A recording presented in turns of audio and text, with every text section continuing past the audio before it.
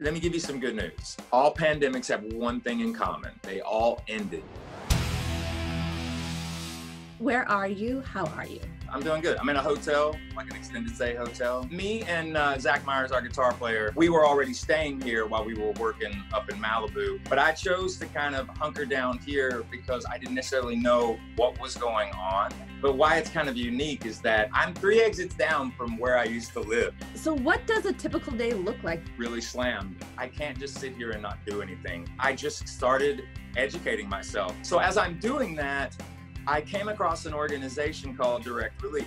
Their sole mission is to make sure that everybody in the medical community and the scientific community have the resources that they need on the ground during times of crisis, natural disaster, poverty, a pandemic. But as I'm finding out who they are, a song had popped into my mind from the Amaryllis album cycle. We had recorded this song called Atlas Falls, and it was supposed to go on that record. The question was in the song, well, what happens if Atlas was to fall? Who would help him? That falls on us. We have to help Atlas. The whole reason Atlas exists in the first place is to bring awareness to what Direct Relief is doing for the people that are on that front line right now. And so what we did is we created a shirt with Direct Relief using the story and the example of the song. If you go to theshinedown.com, click the link, if you buy the shirt, you get the song as a download.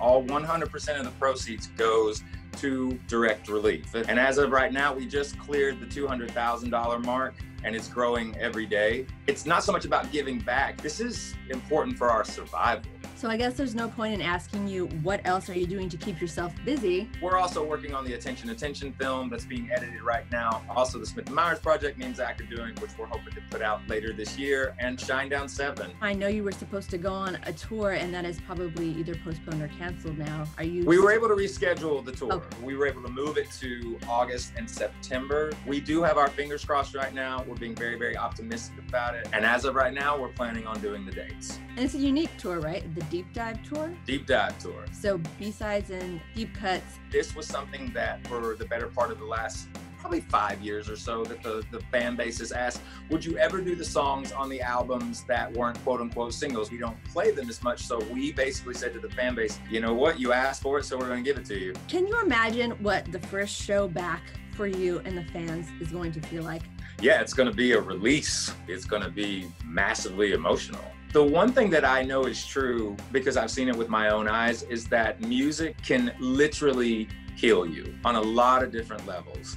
And it's extremely powerful. What Shinedown songs do you think are the most comforting for people going through a scary and confusing time? People love to always go back to the Sound of Madness record, but a lot of people also, they look at the new record a lot too, Attention, because that whole record is a story. It's about not being afraid of your failures. You're not going to be defined by your failures either. You're going to be defined by the fact you refuse to give up. Any messages of positivity for your fans out there? I'm a huge fan of Dwayne Johnson. He has a great saying. You have to find your anchor, which means you have to find daily what grounds you so that you can accomplish everything that is before you. And if I could tell people one thing more than anything right now is we're going to get to the other side with each other. We are going to be able to go to shows again. We're going to be able to be with each other again. You have to hold on to hope.